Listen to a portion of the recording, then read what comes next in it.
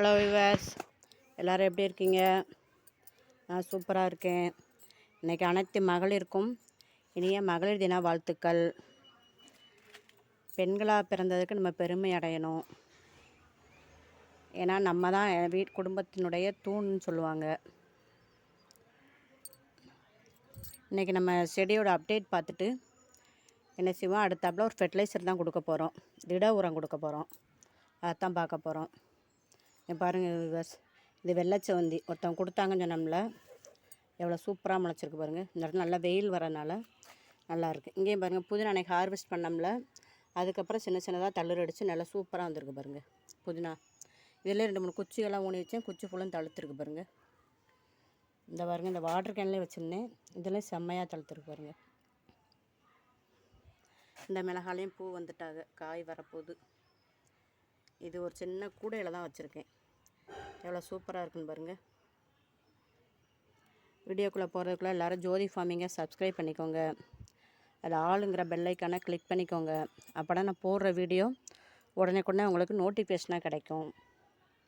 இங்கே பாருங்கள், வருஷத்துலேயும் தக்காளி பழமும் நல்லா என்ன செஞ்சிருச்சு, பழுக்கிற தருவாயில் ஆயிடுச்சு. இங்கே பாருங்கள், இந்த ரெண்டும் பழுக்கிற மாதிரி ஆயிடுச்சு.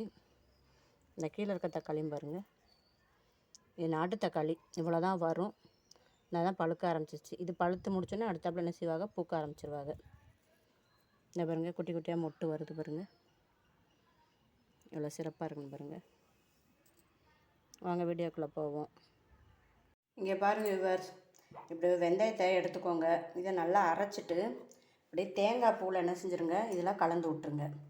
கலந்து விட்டு இதை என்ன செஞ்சோன்னா ஒரு ஸ்பூன் அளவுக்கு இப்படி உருண்டை பிடிச்சி என்ன செஞ்சிடணும், செடிகளுக்கு மல்லிகை செடிகளுக்கு இப்போ கொடுத்தோம்னா சரி மொட்டு வச்சிடும். நல்ல பெரிய பெரிய மொட்டுகளாக பூக்கள் வரும்.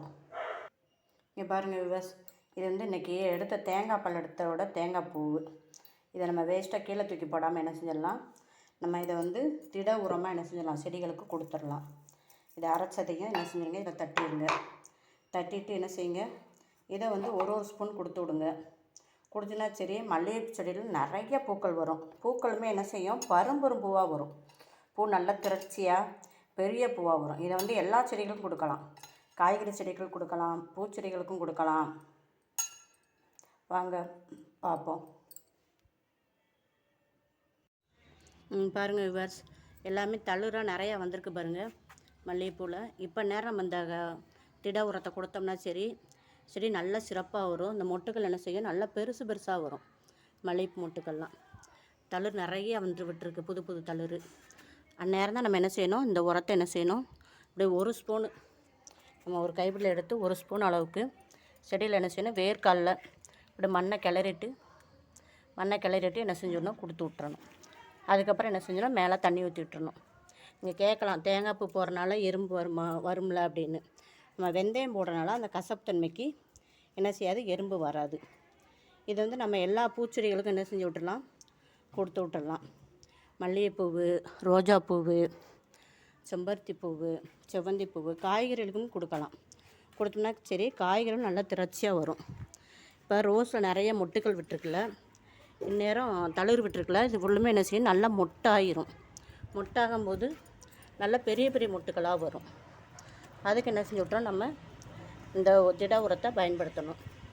செடி நல்லா சிறப்பாக வரும். இவ்வளோ சூப்பராக இருக்குன்னு பாருங்கள்.